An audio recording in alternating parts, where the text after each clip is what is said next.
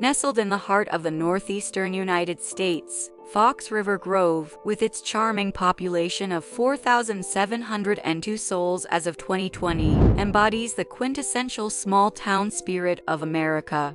Situated in the picturesque state of Illinois, it lies cradled between the bustling cityscapes of Rockford, 45 miles to the east, and Chicago, a mere 37 miles to the northwest. These distances, though modest, are filled with the rich tapestry of Midwestern landscapes. Fox River Grove serves as a key juncture on the Union Pacific Northwest Line. This vital railway vein, stretching from Chicago to Harvard, Illinois, spans 76 miles and boasts 23 stations, offering a scenic window to the heartland. While the line modestly varies from single to triple tracks and forgoes the complexities of electrification, its importance cannot be overstated. It primarily thrives on its role as a commuter rail, operating under the prestigious Metro brand, a symbol of cooperative efficiency in public transportation, bringing together various rail service entities, including the venerable Union Pacific, to seamlessly connect the lives and destinations of countless commuters in and around the Windy City. In Fox River Grove, the pulse of the Union Pacific Northwest Line is palpable, its two tracks running in steadfast parallel to the historic U.S. Route 14. This route, affectionately abbreviated as US 14, is not just a road. It's a lifeline that weaves together the vibrant fabric of the Midwest, connecting the heart of Chicago, Illinois, to the serene border of Wisconsin at Harvard, Illinois. The site of the accident sees US 14 consist of 2 lanes in each direction, complete with a dedicated turning lane. This design catered to the fluid dance of turning vehicles, diverting from the main thoroughfare to the quieter Algonquin Road. It is at this crucial intersection where Algonquin Road meets the rail line through a level crossing, a fateful point located just southwest of US 14. It is here, at this seemingly mundane slice of roadway, where paths intersected and lives were forever altered. Metro train number 624, a familiar sight on the Crystal Lake to Chicago route, was more than just a train. It was a moving microcosm of commuter life. At its heart was the Metro locomotive number 148, an EMD F40PH. This locomotive, a marvel of engineering with its 4-axle design, was specifically tailored for short-distance passenger services since its introduction in 1975. Measuring a robust 56 feet and tipping the scales at 123 metric tons, the F40PH, powered by a V16 diesel engine, was capable of reaching a brisk 110 miles per hour, depending on the gearbox.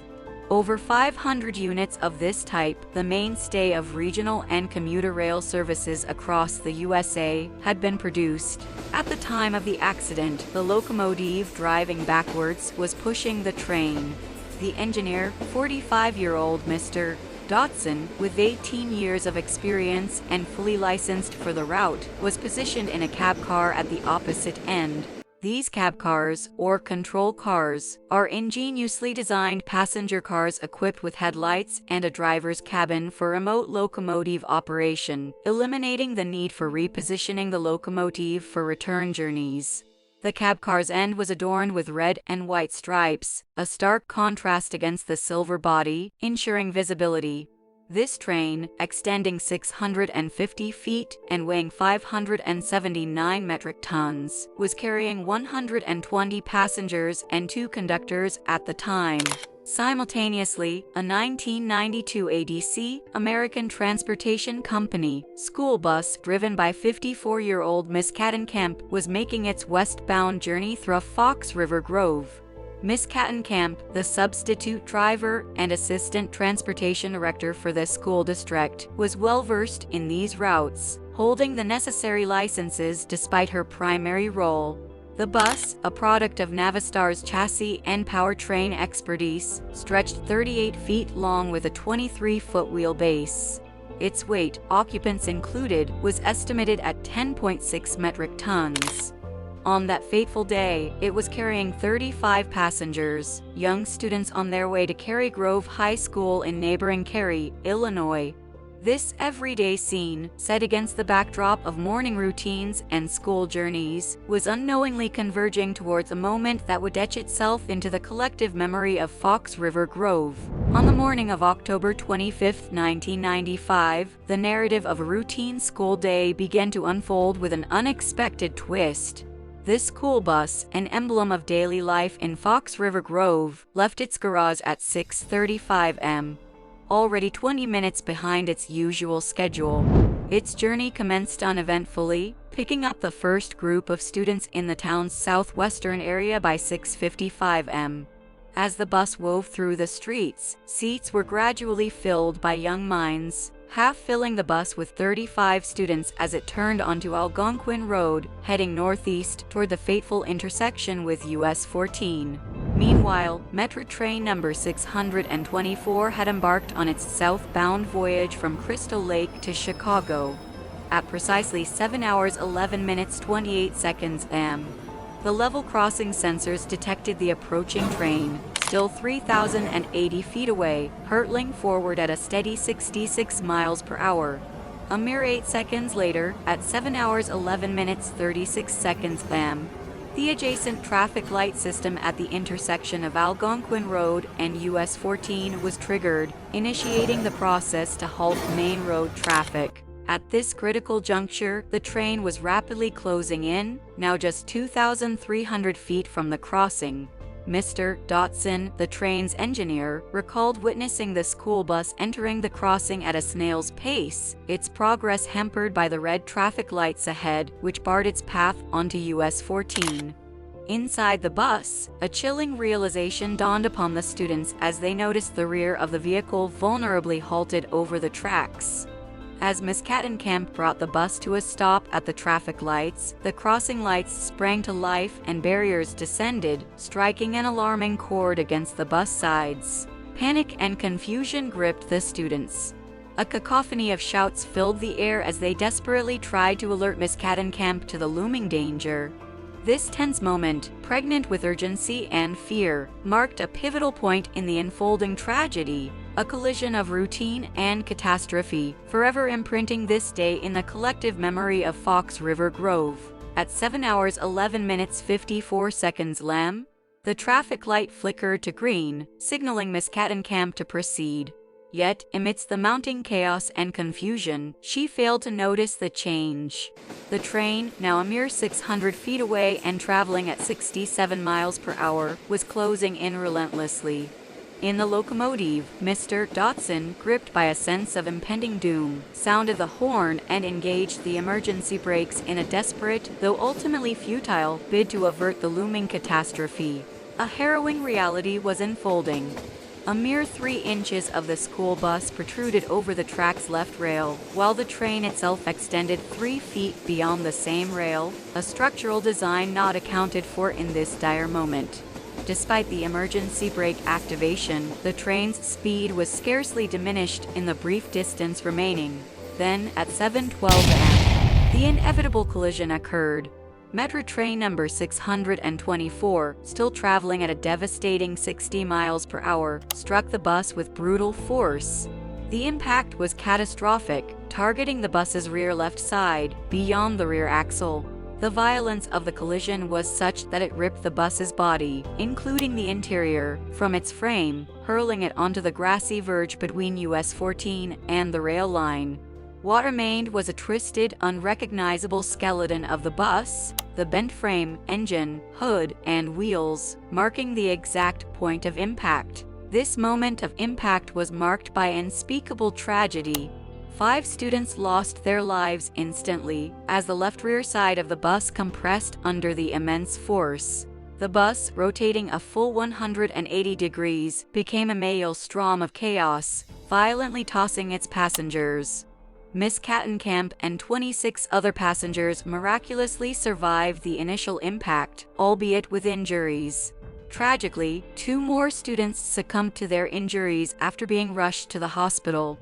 This moment, frozen in time, marked a profound loss and a deep wound in the heart of Fox River Grove, a tragedy born from a confluence of routine, oversight, and fate. The train, remarkably suffering only minor damage, gradually came to a halt 1,422 feet down the track, its passengers mercifully unscathed.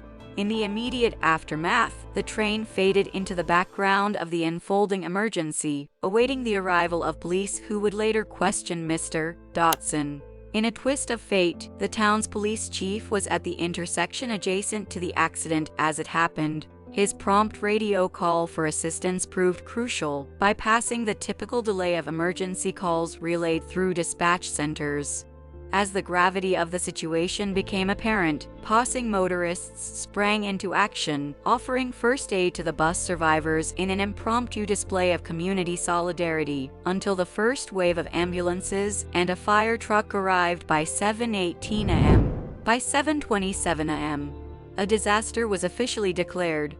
Local hospitals swiftly responded, dispatching doctors directly to the scene for immediate treatment of the injured. The primary cause of the collision was swiftly identified: the rear of the bus obstructing the level crossing, a tragic consequence of Miss Cattenkamp stopping at the red light. Heartbreakingly, surviving students recounted their initial light-hearted remarks about their substitute driver's failure to notice the imminent danger, which quickly escalated into desperate screams for her to move forward. Miss Cattenkamp, overwhelmed by the sudden chaos, admitted that her attention was diverted by the students' cries, leading her to miss the critical moment when the traffic light turned green.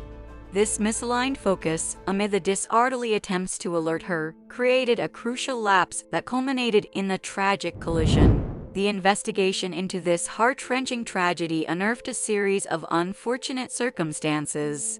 Central to these was the revelation that Miss Cattenkamp, the substitute bus driver, was navigating this specific route for the first time. She had never before traversed this rail crossing, not even in her personal vehicle. Her assignment to this route was a matter of last resort, as the regular driver was absent and the usual substitute was engaged elsewhere. Miss Cattenkamp recalled her adherence to the guidelines.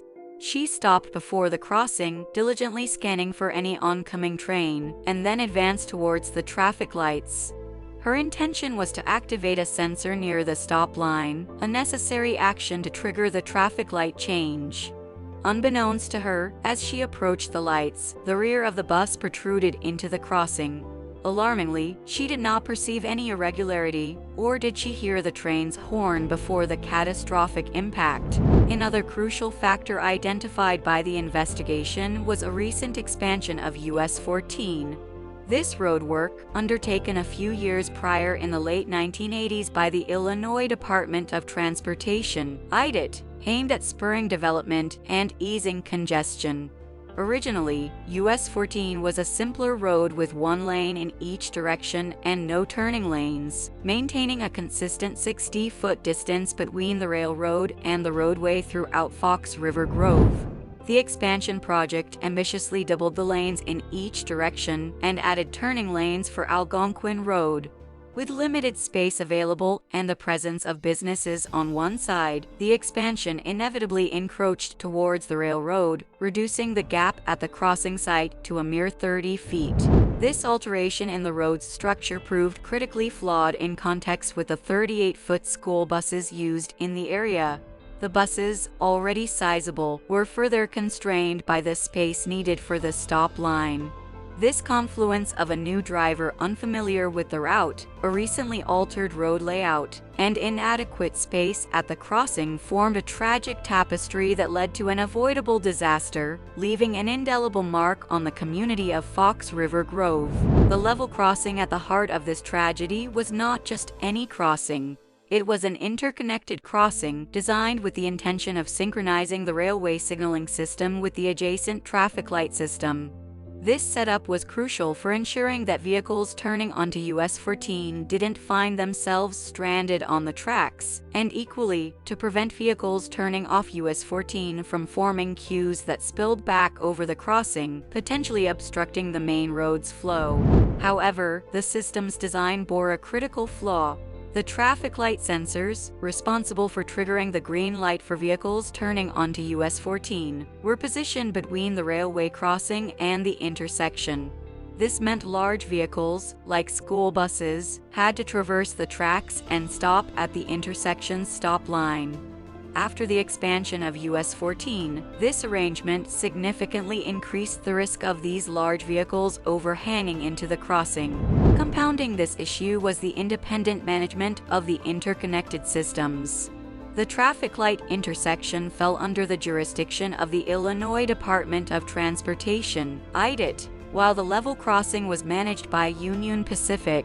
Alarmingly, there appeared to be no record of communication between these two entities concerning the coordination of their respective traffic control systems. The timing of the systems further exacerbated the risk. The level crossing lights were programmed to activate 20 seconds before a train reached the crossing's center. In contrast, the adjacent traffic lights programming permitted vehicles to leave Algonquin Road only after a delay of at least 14 seconds from the crossing light's activation. This left a dangerously narrow window of a mere 6 seconds for vehicles to vacate the roadway and the crossing. The National Transportation Safety Board, NTSB, which spearheaded the investigation, discovered instances where this window was as short as just 2 seconds, a time frame alarmingly insufficient for large vehicles or multiple cars to clear the crossing safely. This disjointed system of management and programming, coupled with the tight timing windows, created a perilous situation at the crossing. It was a scenario that inadvertently set the stage for the tragedy, highlighting a critical oversight in the design and coordination of traffic and railway safety systems. The investigation uncovered a critical change in the timing of the traffic lights at Algonquin Road that significantly influenced the events leading to the accident. Months before the tragedy, the Illinois Department of Transportation, IDOT, had adjusted the traffic light timings to enhance traffic flow, particularly during rush hours. This adjustment involved locking the Algonquin Road traffic light on red and setting the pedestrian crossing on US 14 to a permanent green, unless activated by the sensors detecting a waiting vehicle. The rationale behind this was to facilitate pedestrian movement along US 14, reducing their wait time at the lights. However, this well-intended modification introduced an unintended consequence. When a vehicle was detected at the Algonquin Road lights, the switch to green could not be immediate. This delay was to ensure the safety of any pedestrians in the crosswalk, allowing them ample time to reach the sidewalk. This standard statewide delay of 12 seconds, while ensuring pedestrian safety, inadvertently extended the time vehicles had to wait at the red light. A survey conducted by the investigation team in May 1996 assessed the pedestrian traffic during rush hour at the site and found it to be extremely light. This observation led to a critical conclusion. The IDOT engineers who had implemented the new traffic light timing did not fully recognize the increased risk this posed to road traffic on Algonquin Road. The changes, intended to benefit pedestrians, were, in reality, catering to a virtually non-existent foot traffic, thus unwittingly creating a hazardous situation for the vehicular traffic, particularly at the level crossing. This oversight in assessing the actual pedestrian needs versus the potential risks to vehicular traffic contributed significantly to the circumstances that led to the tragic accident. Under the previous traffic light setting, a crucial 12 seconds would have been gained, allowing the bus driven by Ms. Kattenkamp to move onto US 14 significantly earlier. This timing difference likely would have enabled her to clear the crossing well before the train's arrival, thus averting the tragic collision. However, in the actual scenario, for Ms. Kattenkamp to react to any suspicion about her bus overhanging the tracks, she would have had to drive through an active pedestrian crossing and intersection against a red light, a decision not taken lightly by any responsible driver, particularly a school bus driver. The implications of such an action, if mistaken, and the potential legal consequences are substantial considerations. Moreover, Ms. Kattenkamp's lack of experience with large vehicles, combined with her unfamiliarity with this specific route, would have made it challenging for her to accurately judge the rear end's position on the bus. These factors, when put together, painted a picture of a situation where the odds were inadvertently stacked against her. The official report, released in October 1996, 4 days after the first anniversary of the accident, identified the primary cause as Ms. Kattenkamp's failure to realize that the rear of the bus remained within the crossing zone. However, the report carefully outlined the multiple contributing factors that led to this oversight, rather than attributing the incident solely to negligence. This nuanced understanding of the situation was reflected in the legal system's response. The National Transportation Safety Board's (NTSB) findings were largely upheld, and Ms. Kattenkamp was not subjected to trial for her role in the accident, as no criminal level of fault could be established. This outcome highlights the complexity of the accident, where a confluence of factors, rather than a single act of negligence, led to the tragic events of that day. The comprehensive report concluded with a robust set of 29 recommendations, targeted at over a dozen parties, all focused on minimizing the chances of a similar tragedy. The key areas of focus were the improvement of systems integrating level crossings and adjacent intersection traffic lights, especially at comparable sites, and the enhancement of training for drivers of large vehicles, notably buses and commercial trucks. These initiatives aim to heighten awareness about the nuances and potential hazards of level crossings. A significant directive was issued to the Federal Highway Administration, which involved the implementation of physical markings at level crossings. These markings would indicate the extent to which a train might extend beyond the tracks, aiding drivers in assessing whether their vehicles are in a safe zone, even if trapped within crossing barriers. The Illinois Department of Transportation, IDOT, received specific instructions to conduct a thorough review of all interconnected crossings with proximities similar to the Algonquin Road incident. This review was to ensure that both the spatial arrangement of these crossings and their timing mechanisms do not pose unnecessary risks. The National Association of State Directors of Pupil Transportation Services, NASD-PETS, was urged to enhance the process of identifying potentially hazardous locations on bus routes. Additionally, it was recommended that they ensure all bus drivers are adequately informed about these locations. The organization was also advised to reevaluate the installation and use of radios on school buses and to consider the bus's sound insulation.